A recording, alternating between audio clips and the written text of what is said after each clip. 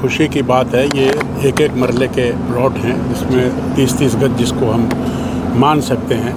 पूरे हरियाणा में पिछले काफ़ी समय से ये योजना चल रही थी और पूरे 14 शहरों में लगभग 15,000 और 250 प्लॉट पूरे हरियाणा में ये वितरित किए गए हैं। और ये उन लोगों को दिए गए हैं जो लोग गरीब हैं, परिवार पहचान पत्र में जिनकी आय 1,80,000 से कम थी और जिन्होंने पहले 10,000 रुपये देकर अपने आप को इनरोल किया।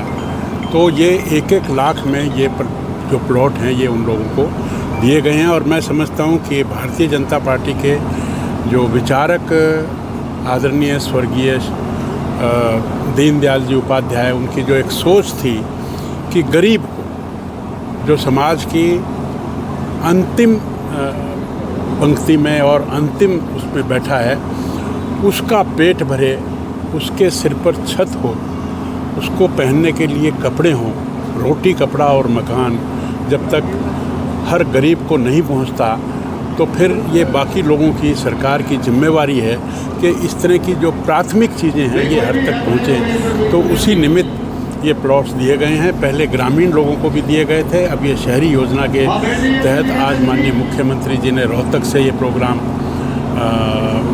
किया था और बाकी 4 जगह और यमुनानगर, पलवल, महेंद्रगढ़ और सिरसा में भी ये प्रोग्राम हुआ है। टोटल 5 जगह हुआ है।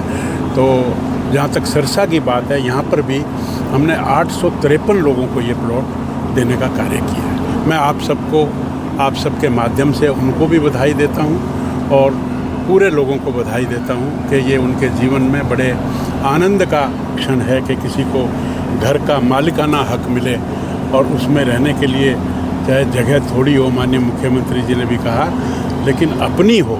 तो ये अपनेपन का जो आभास गरीब से गरीब व्यक्तियों को मिलेगा तो ये वो सब बधाई के पात्र हैं और हम भी बड़े सौभाग्यशाली हैं कि ये काम हमने। मानता हूँ कि जगह कम है लेकिन बहुत चीज़ों को देखना पड़ता है। ये प्लॉट है, ये कोई फ्लोर नहीं है।